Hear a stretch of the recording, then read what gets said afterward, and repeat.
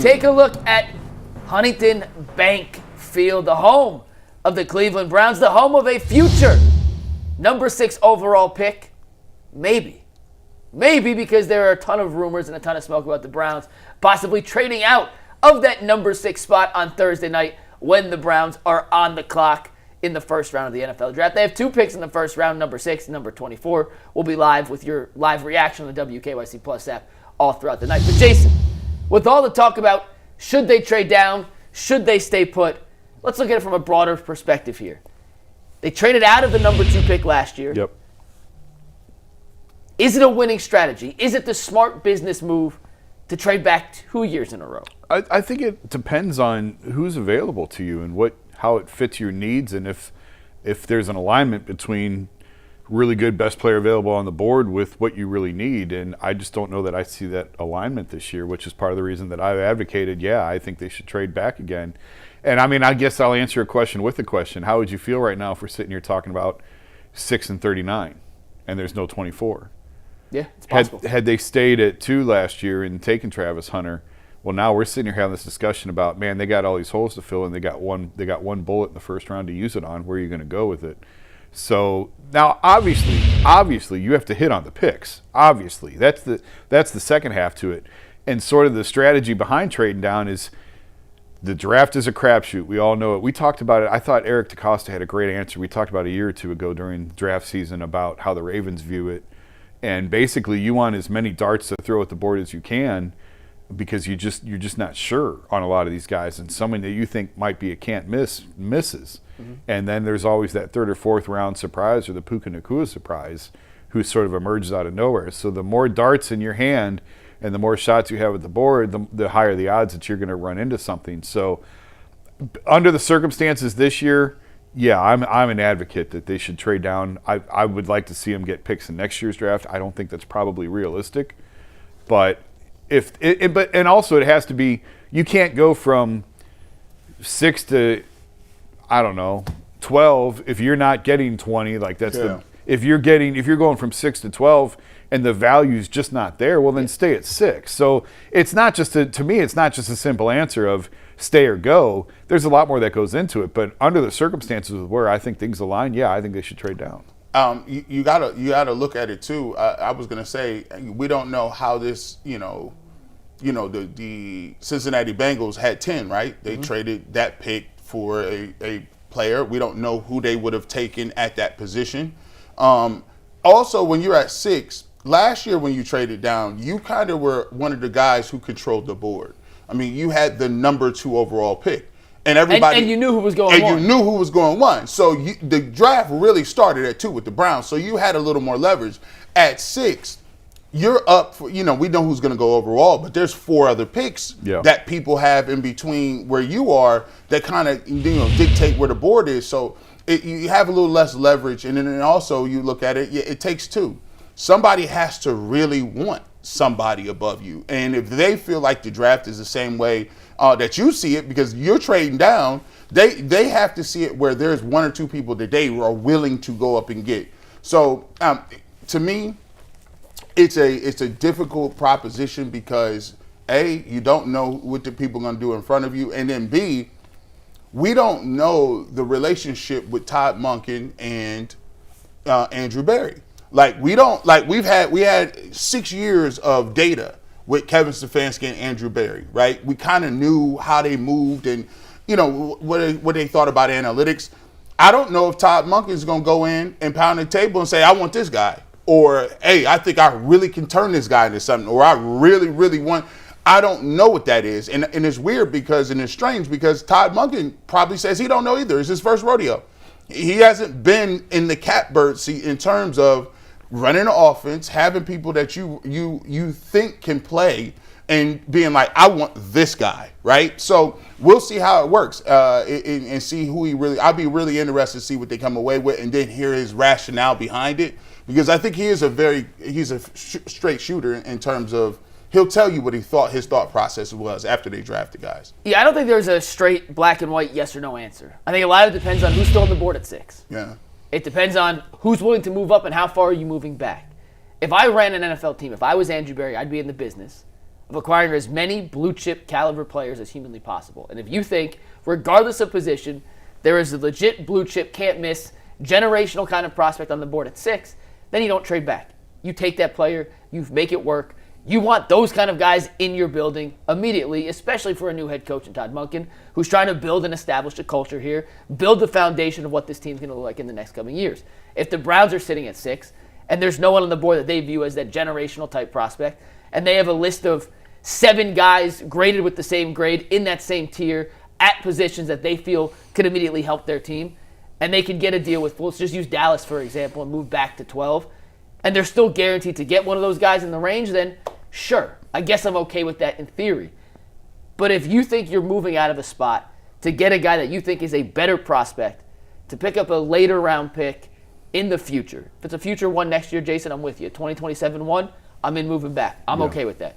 If it's a future third or a fourth or even a second, and you think there's a difference between that top end talent, I'm taking the guy at 6 who I believe is better than taking the guy at 12 and at 46 or whatever random number you want to use, because I need game changers. I need franchise changers. We do need good players. They need good starters. They need depth. I get all of that. But the Browns are devoid of elite top-end talent outside of Myles Garrett and Denzel Ward. That's it. Those are their 2 guys. Carson Schlesinger, maybe Mason Graham, maybe down the future. They're on the right trajectory. But right now, it is Myles, it is Denzel. They need other guys, specifically on the offensive end of the football field, that can help them elevate everyone across the board and put them in that status where we're not going into every game on Sunday saying, where are we getting our offense from, guys? Yeah. So if the board falls a certain way, I'm not going to kill AB if he moves back. But if they feel strongly on a certain player at 6 and they move back because they think the gap's a little less, take the guy you believe is the best player and make it work. That's how I would operate if I ran the Browns. And my heart, so we could do this smart thing, but then your heart tells you. I mean, we've all been there. Every single week we do this. We've been doing this since we've been there 4 years on this show. Browns fans all around the world have seen this for decades. Every single time we turn the TV on, there's a good chance that you have a deficiency of what their pass catchers look like and what yours look like. And it's been glaring. Yeah. It's been maybe a couple of years with Jarvis and Odell, maybe the year when you had Josh Gordon in between suspensions.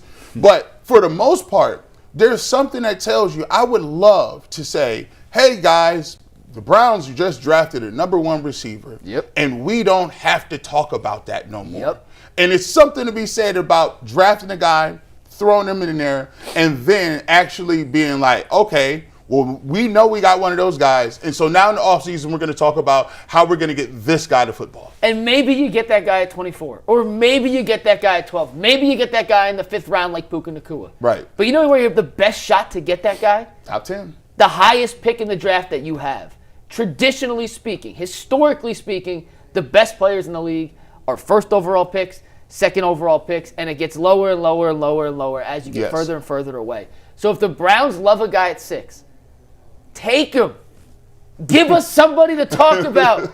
Just give it one of them. When's the last time we've gone into a game on Sunday or Thursday or whenever they play and been like, how is opponent going to stop this version of the Browns offense? Or just, I just want to see the quarterback with this young, when do we get 2 young ones? Like, I want 2, that was crazy. That was crazy. That was wild. 2 young players on offense where it's the young quarterback with a young receiver figuring it out, off to the side, throwing the football, and they said, you got to get better at throwing the flags. Yeah, you're going to throw the flags, you got to hit the target. They got it. There it is. Boom, there it is, right there. That was crazy. But if you got that and you told me Carnell Tate was ready to go, or Jalen Tyson was ready to go. Jordan Tyson, but he's ready too. By the way, they will be tagged. By the way, they will be walking around. I think they may live together. Will that happen? They already said. and Jalen said Jordan's buying the house. Right. He's going to have a lot bigger paycheck as a rookie. That's a great story too. But just give me one of them. And then, hey, listen, you could buy, if you want 2 linemen the next time, get 2. I'm compromising like I do with my wife. If I get these shoes right now or this car, you could have the next 2. You got the next 2 of them. Man.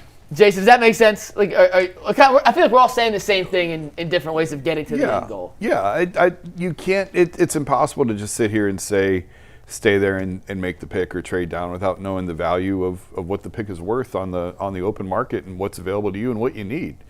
I'm still an advocate of trading down under these circumstances this year. Not every year. I know I was last year and I am again now. It doesn't mean every single year I would think that, but for where they're at and how the board looks, and there is no receiver in this draft that is a slam dunk sure thing. There's the questions that with health with Tyson and when Carnell, is he good but not great? And the linemen, there's all these questions about the linemen as well, where there is no great standout guy. Yeah. And so that's why, listen, if they stay there and they take a blue chip defensive guy who's going to come in and be a dominant, add to the dominant defense. Then I ultimately, I don't know how you can dispute that, because they're probably going to go offense then with their 2 picks. Is there a name you would be salty at? Is there one name? There's really not. Is there one?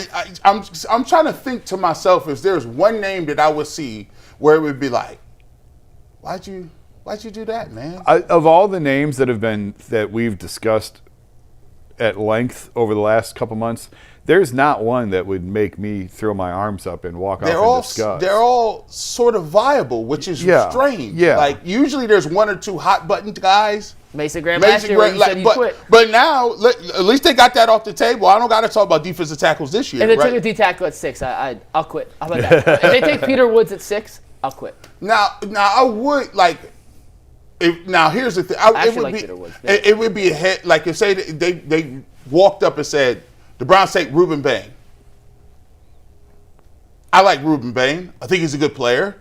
I would be mad at that if Bailey was still or Arvell Reese was on the board. I don't like Bain more than those. But if they took Bain over Bailey and Arvell Reese, or Sonny Styles would technically be there, you would be like, but we got a defensive end. Like, really? So there are a couple of people I would kind of think about, but I wouldn't be mad overall for